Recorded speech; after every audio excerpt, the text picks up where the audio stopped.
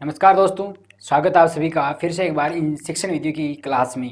देखिएगा दोस्तों, हम साइंस की शिक्षण विधियां पढ़ रहे थे और लास्ट जो क्लास में हमने चर्चा की थी वो व्याख्या या व्याख्यान विधि की चर्चा की थी। देखिएगा, व्याख्यान विधि के बारे में चर्चा की थी और उसके जो दोष व गुणधर्म जो हमारे को आज उसके गुण व दोष जो पढ़ने हैं वो आज हम इस क्लास में चर्चा करेंगे। तो देखिएगा, हम जो चर्चा कर रहे थे वो किस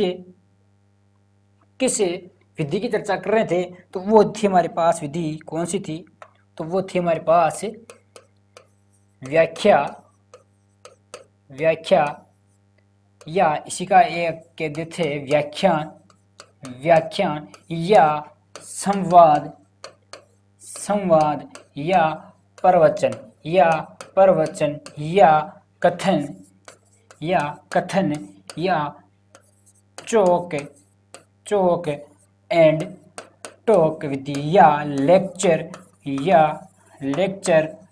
मेथड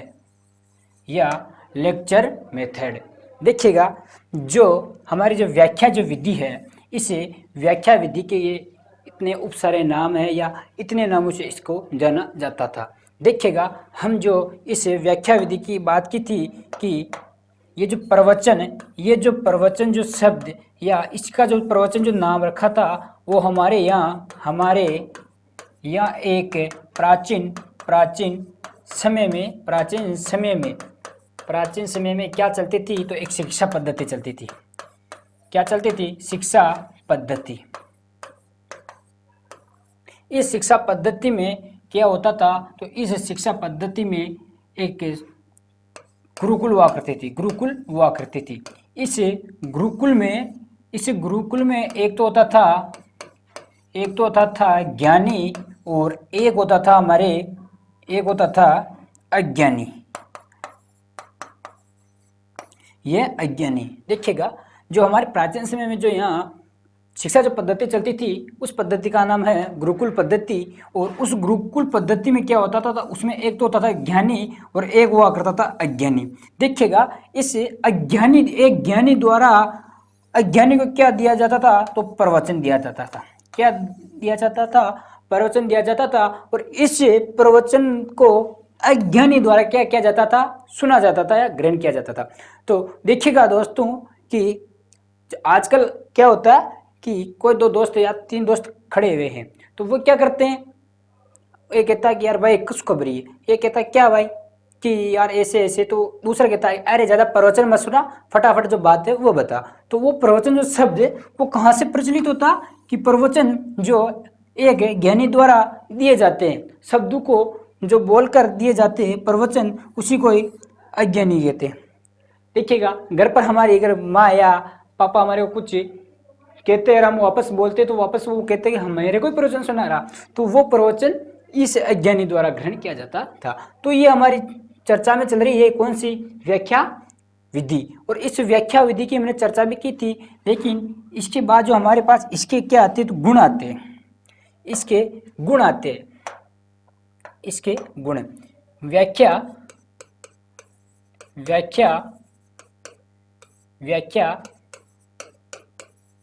विधि के गुण।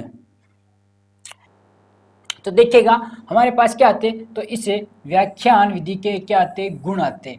तो देखिएगा, इसका जो पहला जो हमारे पास जो गुण आता वो आता कि यह इसे पाठ्यक्रम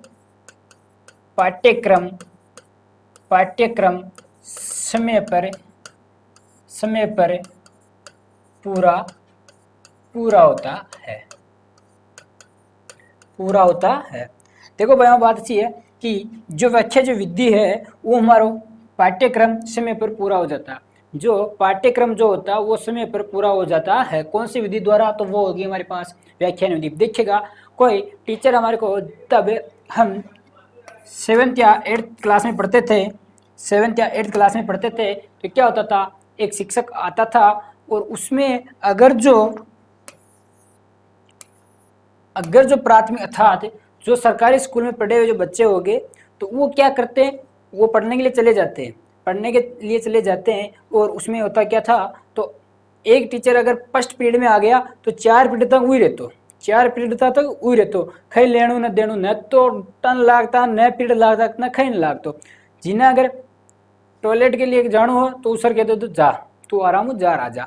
तो उनको 1 घंटो लेणु तो ऊ कई करतो, ऊ करतो एक स्टूडेंट ने खड़ो कर देतो, ऊ एक स्टूडेंट ने खड़ो कर कह देतो कि यो पाठ आपने पढ़नु है, तो ऊ कई करतो एक 4 लाइन एक स्टूडेंट को पढ़ातो और 5 लाइन एक स्टूडेंट को पढ़ातो, और जन आपने जन का बारी आती स्टार्ट तक लेनी भूल जाता, आवने स्टार्ट तक लेने में भूल जाता, फिर पूछता खटे को चक्कर में तो मालवा पड़ता गुरु जी का हाथ गाज तो बियर आती अट्टो में फटबा लग गया 4-5 मेले और बड़ला ने देन पड़ियो अट्टा फटियो बढ़ लो फटाफटी ऊट फटबा लग जाए तो बने के तो कई हो फिर वो कह दे तो भाई यो पाठ आपनो समाप्त हो गयो, कहो पाठ समाप्त हो गयो थाने कई कर लाना, एक प्रश्न उत्तर कर लाना, कई कर लाना प्रश्न उत्तर कर लाना। ठीक है सा, प्रश्न उत्तर की बारी आई तो सा प्रश्न उत्तर तो कौन करे, खोई नहीं करे प्रश्न उत्तर, सब जाता पोसार ये रोटे करता मस्त रहता, कौन करता, खोई नहीं करता, कर भी लेता एक आध तो माँ का ज्ञान का कही कहता सर रात कर रही हो जो कॉपी गिरे रहेगी, कॉपी गिरे रहेगी भूले खई बात को, तो उससे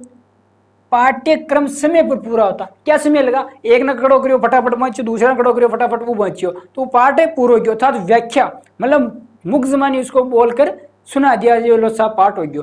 तो उसमें क्या होता है, तो समय पर पाठ पूरा हो जाता है।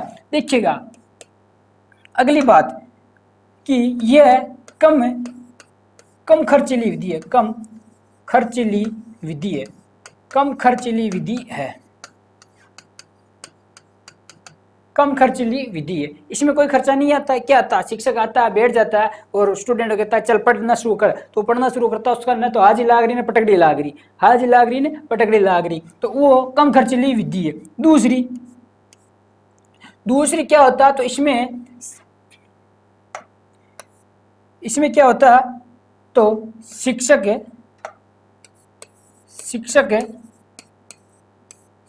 का समय बच जाता है, शिक्षक का समय बच जाता है। और देखिएगा अगली ये माध्यमिक स्तर हेतु उपयोगी है। देखिएगा माध्यमिक स्तर के लिए क्यों उपयोगी है, तो देखिएगा दोस्तों माध्यमिक स्तर के लिए उपयोगी इसलिए है क्योंकि जो प्राथमिक स्तर के जो बच्चे होते हैं उनको हम व्याख्या द्वारा समझा नहीं पाते, और जो माध्यमिक शिक्षा स्तर के होते हैं जैसे कि माध्यमिक स्तर यानी कि आप देख लीजिएगा माध्यमिक स्तर का मतलब क्या हो गया, 9-10 हो गया, 9-10 हो गया, और उच्च माध्यमिक का अर्थ क्या हो जाता, 11-12 हो गया, वह 12 हो गया। देखिएगा जो होता है उसमें क्या होता है, मार्कशीट जो हमारी आती है, मार्कशीट उसमें आती है तो उसमें लिखा होता है एक तो माध्यमिक, एक तो लिखा हुआ माध्यमिक, एक लिखा होता उच्च माध्यमिक है। तो उसमें क्या होता कि यार हमारे न तो मन 10वीं मार्कशीट को ध्यान चाल रही हो न 12वीं मार्कशीट को ध्यान चाल रही हो, तो वो कहे अरे जो माध्यमिक हो ना वो माध्यमिक हो 10वीं बोर्ड ने खेवे, और जो उच्च माध्यमिक हो ना उन्हें क्या 12वीं बोर्ड खेवे। ठीक है सा क्या 12वीं बोर्ड खेवे। तो जो माध्यमिक स्तर के जो विद्यार्थी होते हैं जो अर्थात जो उच्च शिक्षा अर्थात जो क्लास 9th या 10th की जो क्लास होती है उन विद्यार्थियों को हम व्याख्या द्वारा समझा सकते हैं। देखिएगा कोई एक पाठ उठाया उसकी व्याख्या कर दी, व्याख्या करने के बाद उसको फिर समझाएंगे तो वो समझ जाएंगे। और चिंटे टेबरी समझाओ तो खाई नहीं समझे, वो खाई नहीं समझे, उन्हें कहते हैं कि ए नार होवे तो वो नार ही होवे, ठीक है, वो ए नारी है लावे उन्हें बोल उन्हें फिर उन्हें सिखाई कि पहली तो एक चुल्लो यान मार दूँ फिर एक चुल्लो यान मार दूँ, जर जा तो चिंटिया खेप वो कह टाबरा के पल्ले पेड़ी, यह विधि देखो। और अगली बात इसमें क्या होता तो इसमें शिक्षक सामग्री की आवश्यकता नहीं होती। ठीक है, इसमें शिक्षक सामग्री की आवश्यकता नहीं होती, शिक्षक द्वारा कोई भी इसमें आवश्यक सामग्री की आवश्यकता नहीं होती। तो यह हमारी कौन सी गुणधर्म हुए, किस विधि के गुण हुए, तो ये हमारे पास व्याख्या विधि के गुण हुए। देखिएगा इसमें क्या होता तो इसमें शून्य को बढ़ावा दिया जाता है, बढ़ावा दिया जाता। देखिएगा दोस्तों, एक बार वापस समझिएगा कि हम जो बात कर रहे हैं किस विधि के गुणधर्म की बात कर रहे हैं, तो हम बात कर रहे हैं हमारे व्याख्या विधि के गुणधर्म की। व्याख्या विधि के गुणधर्म या गुण की बात कर रहे हैं, गुणधर्म की नहीं, गुण की बात कर रहे हैं। इसमें जो पाठ्यक्रम समय पर पूरा हो जाता, खैर ना एक स्टूडेंट ने खड़ो कर दी दो, चल 5 बार स्टार्ट कर दे, तो वो कई बार हमारे पाठ्य जो क्रम है उस समय पर पूरा हो जाए। दूसरी बात कि कम खर्चीली विधि है, इसमें कोई भी खर्चो न आवे। दूसरी का शिक्षा व समय में बचत हो, सॉरी शिक्षक का समय बच जाता है, शिक्षक का समय बच जाता है। और इससे जो ये विधि है वो माध्यमिक स्तर हेतु उपयोगी है, माध्यमिक स्तर हेतु उपयोगी है। और इसमें क्या होता है, तो शिक्षक सामग्री की आवश्यकता नहीं होती है। और इसमें सुनने की प्रवृत्ति को बढ़ावा दिया जाता है। इसमें क्या होता, तो स्टूडेंट सुनता है केवल, कुछ भी नहीं करता। उन्हें यह नंगे पढ़ रहा है कि गुरु जी खटक पढ़ रहा है, या जो स्टूडेंट खड़ो की दो खटक पढ़ रहे हो, खै नंगे न पढ़ते, तो वो इमें केवल और केवल सुनने की प्रवृत्ति को बढ़ावा दिया जाता है। अब बात आती है कि इसके दोष कौन कौन से। देखिएगा, एक जो अच्छा व्यक्ति होता है उसमें अच्छे गुण भी होते हैं और उसमें दोष भी होते हैं। तो देखिएगा, तो इस जो विधि के जो दोष है, इस विधि के जो दोष है वो दोष कौन से हैं, तो देखिएगा वो जो दोष कौन कौन से, वो दोष कौन कौन से है। तो इसमें जो पहला कि ये अमनोवैज्ञानिक है, अमनोवैज्ञानिक विधि है, अमनोवैज्ञानिक विधि है। ठीक है साहब, कि जो व्याख्या जो विधि है वो अमनोवैज्ञानिक विधि है, अर्थात करके सीखने पर निर्भर नहीं है, कि करके सीखने पर आधारित नहीं है या निर्भर नहीं है। दूसरी बात ये है कि ये प्राथमिक स्तर हेतु उपयोगी नहीं है, कि प्राथमिक स्तर हेतु उपयोगी नहीं है। दूसरी कि इसमें क्या होता, तो इसमें कम समय पर जो ज्ञान जो प्राप्ति होती है वो ज्ञान क्या होती है, वो अस्थायी होता है। क्या होता है, अस्थायी होता है। कि कम समय पर जो ज्ञान की जो प्राप्ति होती है वो कैसा होता है, वो अस्थायी ज्ञान होता है। देखिएगा, हम बात कर रहे हैं किसकी, दोष की, किस विधि के दोष की बात चल रही है, तो हमारे व्याख्या विधि के दोष की बात चल रही है कि ये अमनोवैज्ञानिक विधि है। और इसमें क्या होता है कि अर्थात करके सीखने के ऊपर आधारित नहीं होती है। और ये क्या होता है, तो इसमें क्या होता, तो रटने की प्रवृत्ति को बढ़ावा दिया जाता है।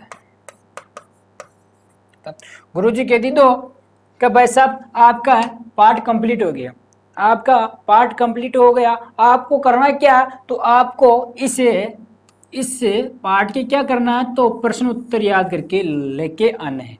तो न तो गुरुजी समझाई दी दो, न कुछ उसमें समझाने जैसा था, केवल और केवल क्या थी, व्याख्या थी, उस व्याख्या को ही सुना दिया। तो उसमें क्या कहते हैं, साहब का रट्टा मार गरी प्रश्न हो, राम गुण थो, राम को बाप गुण थो, फलाना डीगड़ा, तो उनमें रटवा लाग जाए। तो जो रटने की जो प्रवृत्ति को जो बढ़ावा दिया जाता है, कौन सी विधि को दिया जाता, तो वो दिया जाता व्याख्या विधि को या व्याख्यान विधि को।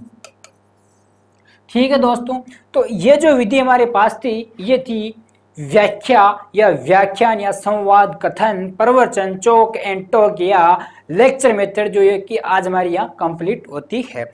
इसी के साथ दोस्तों जो हमारी अगली जो विधि आती है वो आती है कौन सी, वो आती है हमारे पास कौन सी, तो वो आती है योजना या परियोजना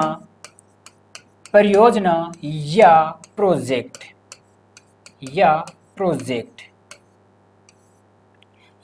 प्रोजेक्ट देखिएगा ये अगली विधि हमारे पास कौन सी आ गई, तो ये हमारे पास अगली विधि आ गई साहब के योजना, प्रयोजना या प्रोजेक्ट विधि। अब देखिएगा इस विधि, यह जो विधि है इस विधि को प्रयोजन प्रयोजनवाद प्रयोजनवाद विचारधारा की देन मानी जाती है, देन मानी जाती है कि जो योजना जो विधि है उसे प्रयोजनवाद विचारधारा की क्या मानी जाती है, तो उसे प्रयोजनवाद विचारधारा की देन मानी जाती है। और इस योजना अर्थात इस विधि का जो विचार दिया था, इस विधि का जो विचार दिया था वो विचार दिया था हमारे जॉन डीवी। किसने दिया था? जॉन डीवी ने। और इस जॉन डीवी के विचारों को मूर्त रूप किसने दिया था? तो मूर्त रूप दिया था किलपैट्रिक ने। किसने दिया था? किलपैट्रिक ने। देखिएगा ये किलपैट्रिक जो था, ये जो किलपैट्रिक था ये जॉन डीवी का क्या था? तो शिष्य था। क्या था? जॉन डीवी का शिष्य था। कौन था? किलपैट्रिक। देखिएगा जो किलपैट्रिक था, ये किलपैट्रिक जो था ये शिक्षा शास्त्री के साथ क्या था? मनोवैज्ञानिक भी था। क्या था? मनोवैज्ञानिक भी था। कि जो किलपैट्रिक जो था वो शिक्षा शास्त्री के साथ साथ क्या था? वो मनोवैज्ञानिक भी था। देखिएगा और इस किलपैट्रिक को क्या माना जाता है? तो योजना विधि के क्या माना जाता? तो प्रणेता। क्या माना जाता? तो दोस्तों प्रणेता माना जाता है। किसको? किलपैट्रिक को। देखिएगा इस विधि का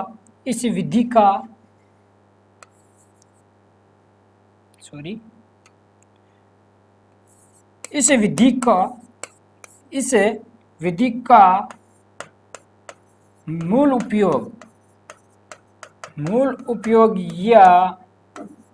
या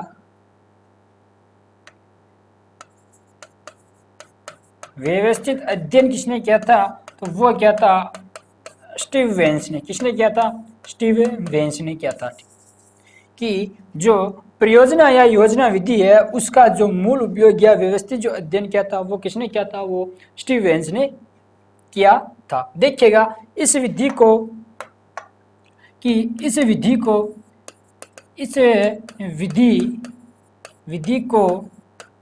सामाजिक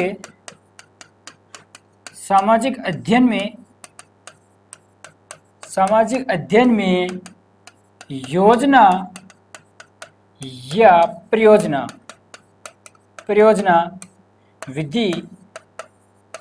विधि के नाम से जानी जाती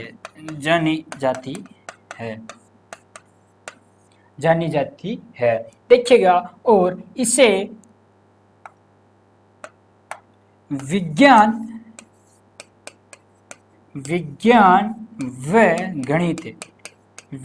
व गणित में इस विधि को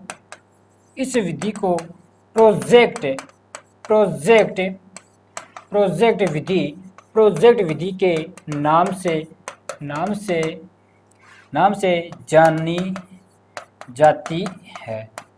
जानी जाती है। देखिएगा इस जो प्रोजेक्ट शब्द ये प्रोजेक्ट जो शब्द है, ये प्रोजेक्ट जो शब्द है दोस्तों, ये प्रोजेक्ट जो शब्द है, ये शब्द 1900 में रिचर्ड्स ने दिया था। और इस प्रोजेक्ट शब्द का जो उपयोग हुआ था वो सबसे पहले कहाँ हुआ था? तो वो इंजीनियरिंग क्षेत्र में हुआ। कहाँ हुआ? इंजीनियरिंग क्षेत्र में हुआ। देखिएगा और इस शब्द को शिक्षा के क्षेत्र शिक्षा के जो क्षेत्र में जो प्रयोग किया था वो क्या था हमारे किलपेट्रिक ने। किसने किया था? किलपेट्रिक ने। कब किया था? 1918 में। कब किया था? 1918 में। और इस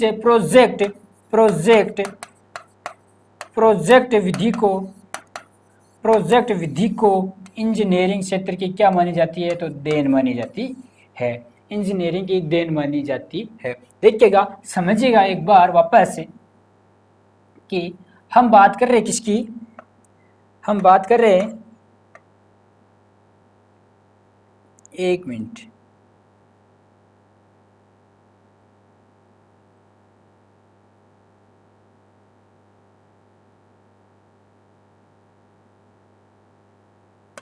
देखिएगा हम बात कर रहे हैं किसकी?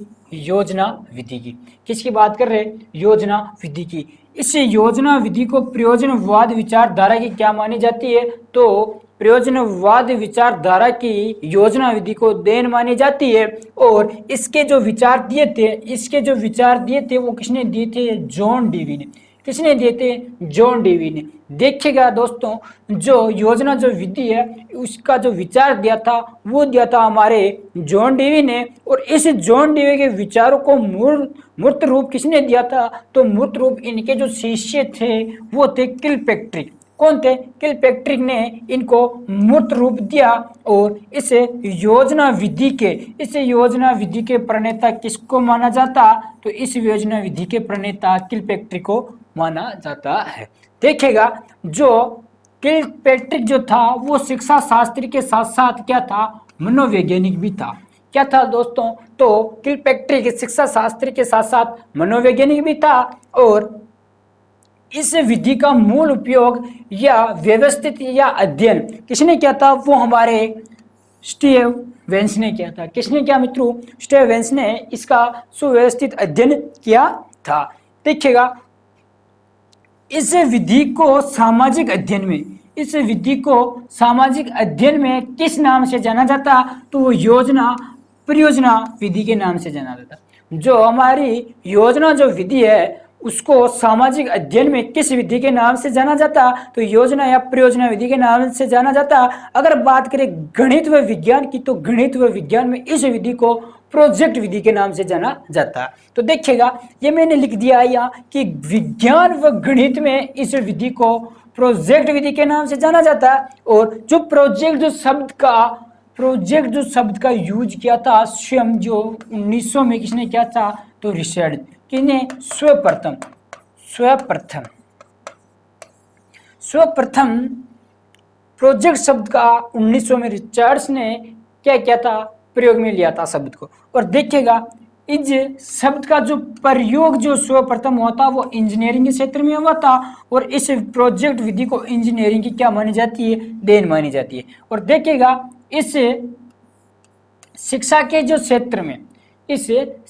क्षेत्र में इस प्रोजेक्ट विधि या इस शब्द को जो यूज में लिया गया था उसने किसके द्वारा लिया गया था? तो वो किलपेट्रिक के द्वारा लिया गया था। कब लिया गया था? 1918 के अंतर्गत लिया गया था। तो देखिएगा, आप चाहे तो इसका स्क्रीनशॉट ले सकती है।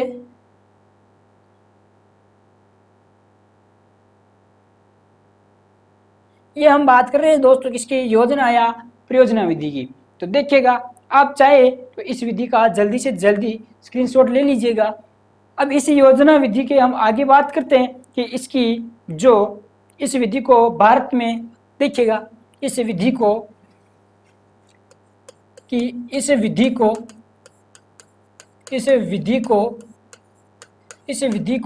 भारत में लाने का श्रेय किसको जाता है? तो वो जाता हमारे NCF 2005 को।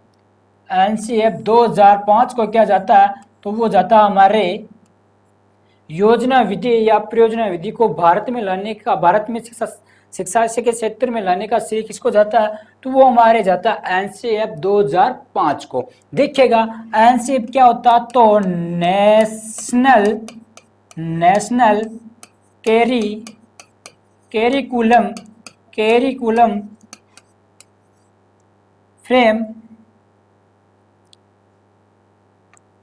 फ्रेमवर्क। और देखिएगा हिंदी में हो जाएगा राष्ट्रीय पाठ्यचर्या रूपरेखा। देखिएगा जो इस विधि को भारत में लाने का जो श्रेय जाता है वो किसको जाता है, तो वो एनसीएफ 2005 को जाता है, जिसका पूरा नाम है नेशनल कैरिकुलम फ्रेमवर्क। और हिंदी की बात करें तो वो राष्ट्रीय पाठ्यचर्या रूपरेखा। अब देखिएगा मित्रों एनसीएफ, इस एनसीएफ का जो प्रारंभ हुआ था वो कैसे हुआ था। प्रारंभ हुआ था कि रविंद्रनाथ टैगोर के एक निबंध के साथ हुआ था। और इनका जो निबंध था वो था सभ्यता व प्रगति। देखिएगा सभ्यता व प्रगति, इस निबंध के द्वारा इनका एनसीएफ का क्या होता है, प्रारंभ होता है। और मानव विकास मंत्रालय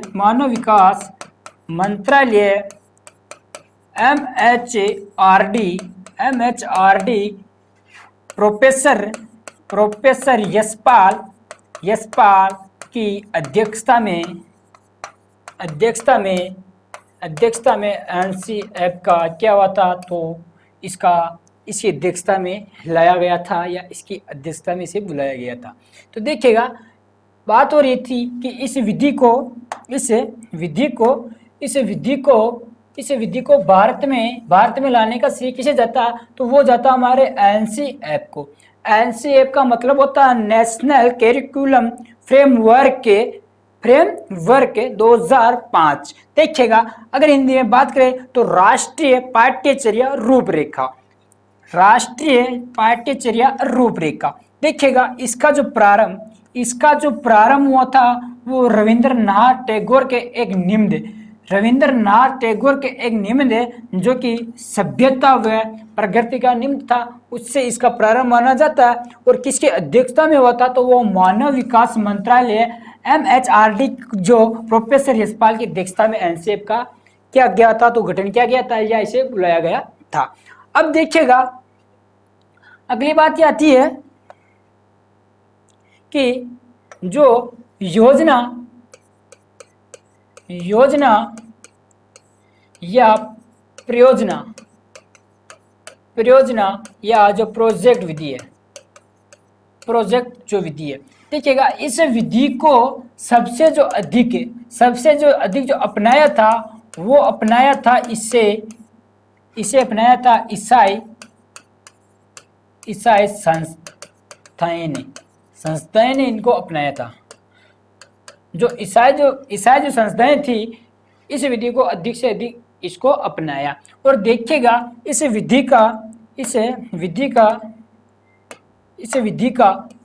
का भारत में यूज या प्रयोग कहाँ हुआ था, तो वो हमारे पंजाब में मोगा नगर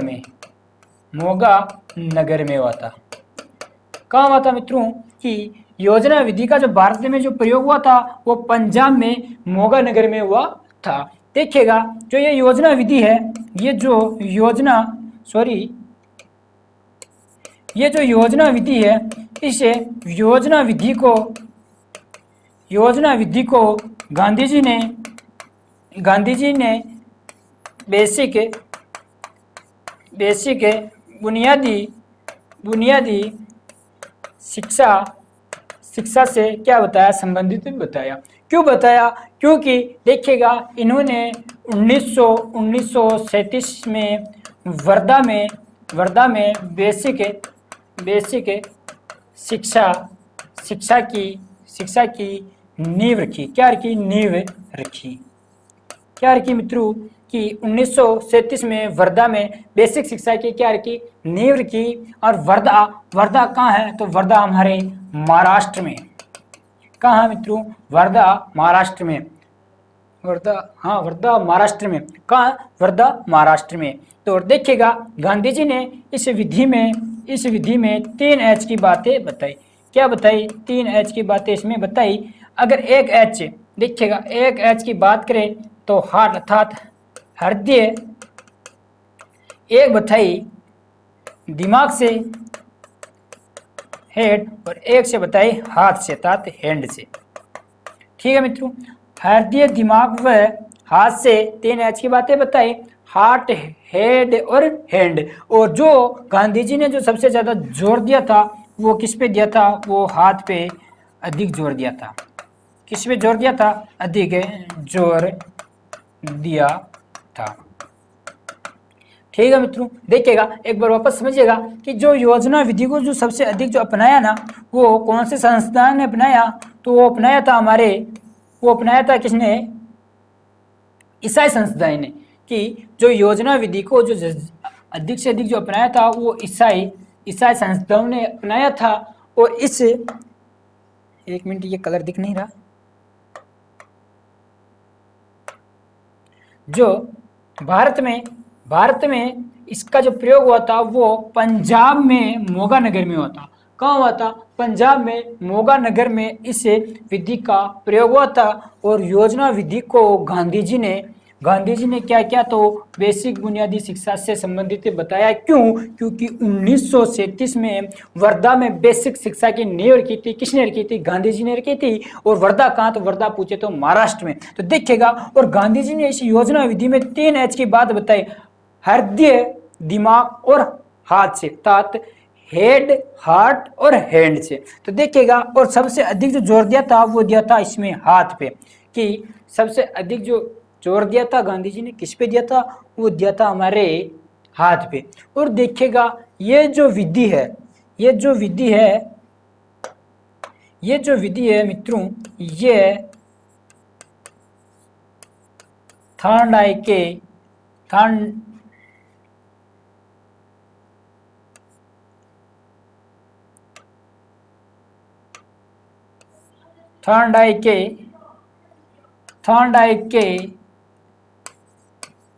प्रमुख 3 नियमों पर आधारित है। कि जो थॉर्नडाइक के जो प्रमुख जो 3 नियम है उस पे ये क्या है? ये विधि आधारित है। कौन सी? योजना विधि। देखिएगा जो थॉर्नडाइक के जो प्रमुख जो नियम है कौन कौन से, तो बताइए। एक तो है तत्परता का नियम, और दूसरा क्या है? वो है अभ्यास का नियम, और तीसरा कौन सा है? तो तीसरा प्रभाव का नियम।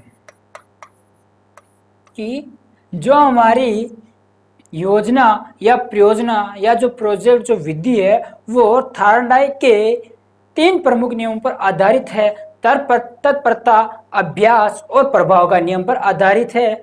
ये कि कौन सी विधि आधारित है? तो ये हमारी योजना या प्रयोजना विधि आधारित है। देखिएगा दोस्तों, आज तक के लिए इतना ही। कल इन नियमों के बारे में देखेंगे और इसके गुण और दोष की चर्चा भी करेंगे। तब तक के लिए दोस्तों धन्यवाद। जय हिंद, जय भारत।